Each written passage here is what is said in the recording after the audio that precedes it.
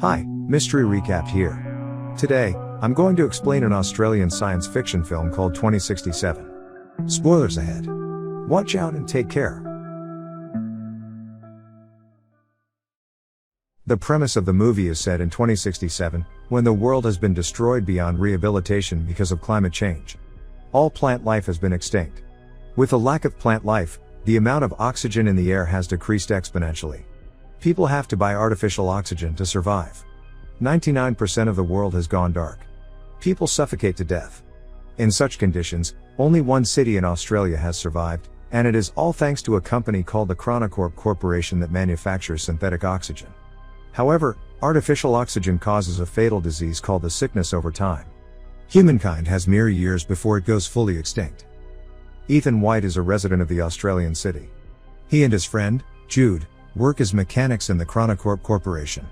The corporation is also working day and night to find a cure for the sickness and a way to save the world. Ethan's wife, Xanthi, also has the sickness. Ethan works hard day and night to earn and buy her better oxygen.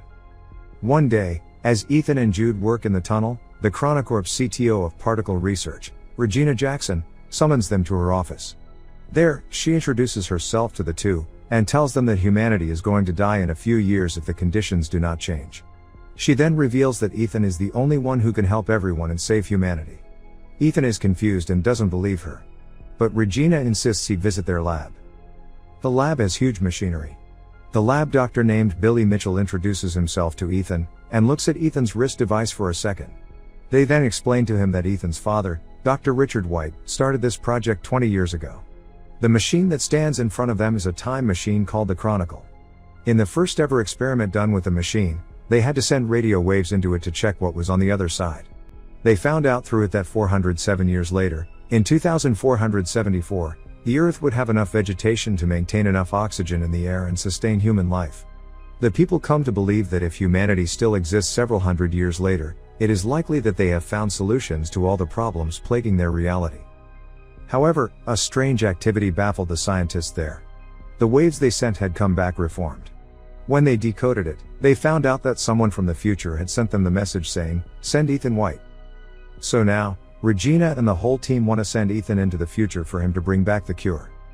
Ethan is beyond surprised. He doesn't believe them and thinks that Regina is just bluffing. Moreover, he doesn't want to leave his sick wife and go into the future. So, he declines to help.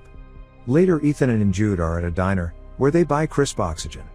Jude tries to persuade Ethan to go through with the plan and help save humanity. However, Ethan laughs at him, saying that he doesn't want to be like his father. Ethan hates his father for never being there for him. 20 years ago, his father left home and went missing, while his mother was killed when he was a kid. Since then, he has been brought up by Jude, who he regards as his older brother as well as best friend. He blames his father for leaving his mother to complete the project, and doesn't want to follow in his path and leave his sick wife. However, Jude manages to persuade him, saying that the only way he can save his wife is by finding a cure. Ethan reminisces of his 8th birthday when his father has bought him a strange box as a gift. As he puts his hands inside the box, a device latches onto his wrist, making him bleed. Richard had placed a permanent hand device on his son. It has been many years, but Ethan doesn't know its use yet. Later at home, Ethan tells Xanthi everything that happened during the day, and she too insists him to go. The following morning, Ethan scribes, "I will find my way back to you on a metal flower," and leaves it beside Xanthi. He then goes to Regina's office again and tells her that if he can find only one cure, they will have to give it first to Xanthi. Regina accepts, and takes him to the lab again.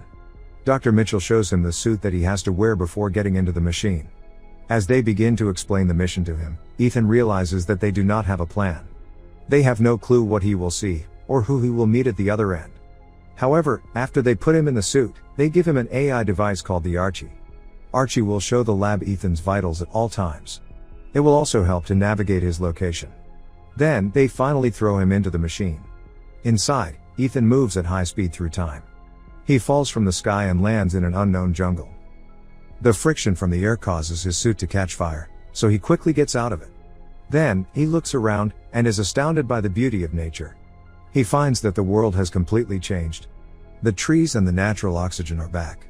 He walks in the direction Archie directs him, and sees a bunker door of some sort. But what catches his eyes is a skeleton that lies right in front of the door. Its skull has a bullet hole in it. Furthermore, he looks at the name tag on it and is horrified to see his own name. The skeleton is Ethan's. Ethan also finds the skeleton's Archie, and plays the last recording on it. He hears a man say that this is the only way, and shoots Ethan. Just then, the device's power goes off. He is horrified, believing that this is the fate that awaits him. Then, he notices the skeleton's wrist device. It is identical to Ethan's, except the light glows green in the skeleton's device, but Ethan's has been red his whole life. That night, he lights a fire and eats wild berries. It turns out that the berries were poisonous. Ethan vomits and starts to go unconscious.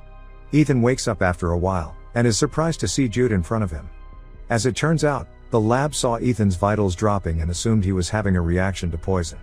So, they quickly sent Jude to the future, with the cure to save him. Sometime later, Ethan and Jude find that his skeleton remains there, which means his fate hasn't changed. They then use Archie to find another door. Some device scans Ethan's eye and grants them access. When they go in, a monitor welcomes him.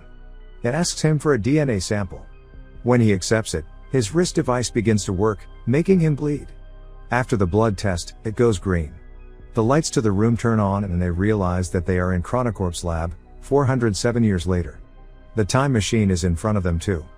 Jude gets excited because now they have the means to go back to the past, but Ethan doesn't think so, saying they haven't changed anything, and he will end up dead, just like the dead Ethan.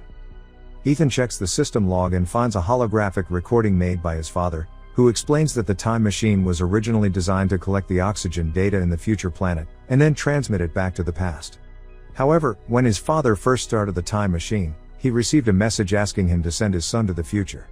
Despite his misgivings, he chose to do so and made a DNA verification here for Ethan. Soon, Ethan and Jude realize that the time machine won't be able to take them back because its battery has almost depleted after 407 years. What's worse is that the activation of the lab triggers a malfunction in its nuclear power core, threatening to unleash a nuclear explosion in just 4 hours. This means they have to find a way to fix the time machine and travel back before the explosion. Running out of time, they have to act quickly. Outside, they are surprised to find a ruined city covered with green plants, but inhabited with no humans, showing that Earth starts to recover itself after human extinction. Human skeletons are scattered everywhere. Ethan gets to his wife's house, only to find her bones, making him fall into despair. Jude tries to persuade him to go back to the past, as the cure against the sickness doesn't seem to exist even in the future world. However, Jude's words make Ethan suspicious. He then turns on the rusty Archie to play the recording once again, from which he recognizes Jude's voice, and it seems Jude is exactly the one who shot him. Jude raises his gun at Ethan, strongly denying that he would shoot Ethan. Ethan finally decides to complete the mission first, so with joint efforts, they manage to repair the power core and then return to the lab. Now the Chronicle system works and they should be able to return to the past, they just need to wait 37 minutes till portal launch. Once the countdown reaches 0, the portal will tether to 2067 for approximately 30 seconds. However, Ethan still finds his body remains behind a door at the same location, which implies that they haven't made any changes to the future. In order to figure out the truth, Ethan pulls out the battery of his current Archie and puts it onto the rusty one. In that way, he gets access to another video, in which Ethan is assured that his future self will be killed by Jude. Jude then confesses that there is no hope of changing the future and he is trying to protect Ethan. Finding it hard to believe, Ethan locks his brother up in a room, then plays back his father's holographic log from the day he died. He soon discovers a conversation between the Chronocorp's CTO, Regina Jackson, and his father. It's shown that Ethan's father wanted to use the time machine to save all mankind by finding the cure, but the CTO only intended to use the machine to flee from the dying time with some chosen few. However, whichever plan they choose, someone must travel into the future and turn on the time machine. To safely send living matter through time, it requires an operational link from both sides. In order to stop the CTO with her plan, his father locks the time machine and sets Ethan's DNA as the verification key. In anger at what Ethan's father just did, the CTO killed him immediately. She then orders Jude to kill Ethan's mother and be a guardian to him, so one day they can use Ethan's wristband to get access to the future. Ethan is beyond surprised.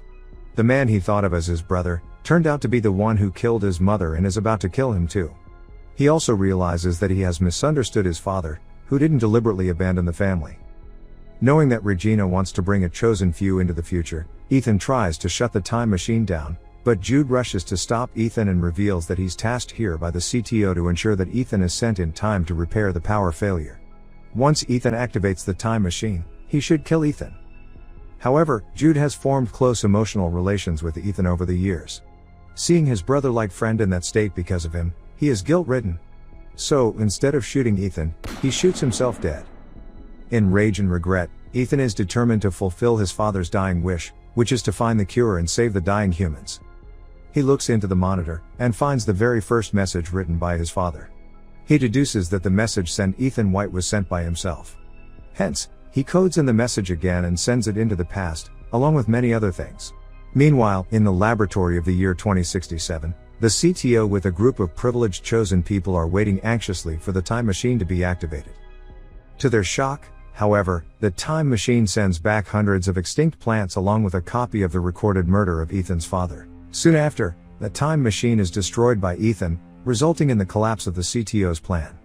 In the end, the CTO is arrested due to the murder. The plants sent back to 2067 are cultivated to revitalize the planet.